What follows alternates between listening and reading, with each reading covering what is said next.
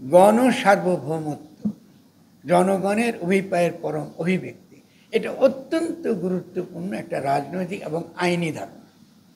এরপরে কি করতে হয়?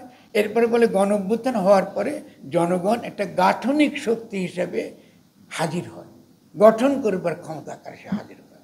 এই গঠন করবার ক্ষমতা যাদের থাকে এদেরকে বলা অন্তর্বর্তীকালীন সরকার। গঠন করবার ক্ষমতা তার হাতে আছে। আইন এবং রাজনীতি এক জায়গায় এসে তখন একত্রিত হয়, যা তারা যখন ফরমান দেয়, নতুন গঠনতন্ত্র লিখিত হওয়ার আগে পর্যন্ত তারা যখন ফরমান দেয়, এই ফরমানই তখন আইন হয়ে যায়, সকলের জন্য বাধ্যতামূলক হয়। কেন? কারণ তারা রক্ত দ্বারা নির্বাচিত। এই অন্তর্বর্তীকালীন সরকার গণ অভ্যুত্থানের সরকার মাত্রই জনগণের রক্ত দ্বারা নির্বাচিত। আমি নির্বাচিত কথাটা উদ্ধৃতি দিতে চাই, কারণ নির্বাচন নিয়ে বহু ভুয়া কথাবার্তা আছে।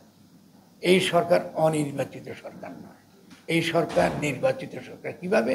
জনগণ জীবন দিয়ে নির্বাচন করেছে।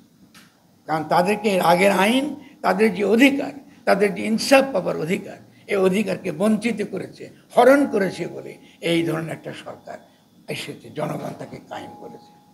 এখন এই সরকারকে উৎখাত করার জন্য আপনি নির্বাচন দাও, নির্বাচন দাও। প্রথমে বলে 3 মাসের, তারা বলে 6 মাসের। এখন ক্রমাগত এই সরকারকে চাপ দিচ্ছে।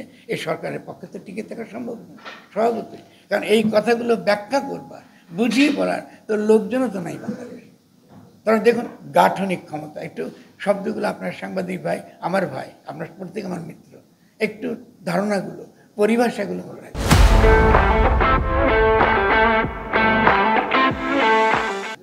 এরপর হলো গাঠনিক ক্ষমতা, কনস্টিটিউয়েন্ট পাওয়ার বলে এটাকে লিখে দিই।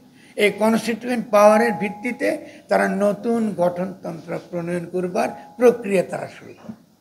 কীভাবে করে? এই যে কথা বলে শুরু করে, সকলের কাছে যায়, জনগণ কি করে, কি চায়, তারা কী ধরনের রাষ্ট্র তারা চায়। তো এটার ভিত্তিতে তখন কী করে তারা এই গাঠনিক ক্ষমতা দ্বারা অন্তর্বর্তীকালীন সরকার একটা খসড়া গঠনতন্ত্র আগেই লেখে, জনগণের সঙ্গে কথা বলে, কোনো কমিশন টমিশন কথা বলার ভিত্তিতে যখন করে, তারপরে সে খসড়া গঠনতন্ত্র যে এটা ঠিক হলো না বেঠিক হলো, এটা তারা পেশ করে গণপরিষদ নির্বাচনের মাধ্যমে। এটা হলো গণপরিষদ নির্বাচন, যে সরকার নির্বাচন, গণপরিষদ নির্বাচন। এই গণপরিষদ নির্বাচনের মধ্যে এই নির্বাচিত আমরা কাকে পাঠাবো তখন সেই নির্বাচনে? যারা আইন বুঝে, যারা রাজনীতি বুঝে, দল না, জনগণের পক্ষের প্রতিনিধি। যে নতুন গঠনতন্ত্র প্রণীত হবে, সেই নতুন গঠনতন্ত্র প্রণয়ন করবার জন্য যারা যোগ্য ব্যক্তি, আইন সম্পর্কে জানে, জনগণের কাছের মানুষ, ওদেরকে পাঠাবো। তারা বসে ঠিক করবে এই যে খসড়া করা হয়েছে, এই যে গাঠনিক ক্ষমতার বলে অন্তর্বর্তীকালীন সরকার যে গঠনতন্ত্র প্রণয়ন করেছে, খসড়া দিছে আমাদেরকে, এটা সঠিক খসড়া কিনা। এই তখন তর্ক বিতর্ক হয় গণপরিষদ। আপনারা দেখেছেন এর আগেও বিভিন্ন দেশে হয়েছে, ফরাসি বিপ্লব হয়েছে, মার্কিন দেশে বিপ্লব হয়েছে, ইরানি বিপ্লব হয়েছে, সব নেপালে হয়েছে, ঠিক আছে। এই তর্ক বিতর্ক চলে এবং এই তর্ক বিতর্কের ভিত্তিতে তখন গণপরিষদ একটা মোটামুটি আরও পূর্ণাঙ্গ খসড়া গঠনতন্ত্র, এটাও খসড়া, একটা পূর্ণাঙ্গ খসড়া গঠনতন্ত্র সে পাশ করার পরে এরপরে হয় রেফারেন্ডাম।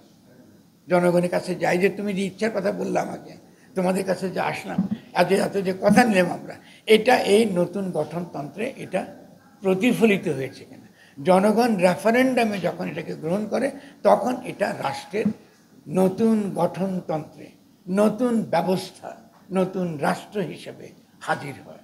এই তখন এই নতুন ব্যবস্থার অধীনে, এই নতুন গঠনতন্ত্রের অধীনে এই নতুন সরকার নির্বাচন করা হয়।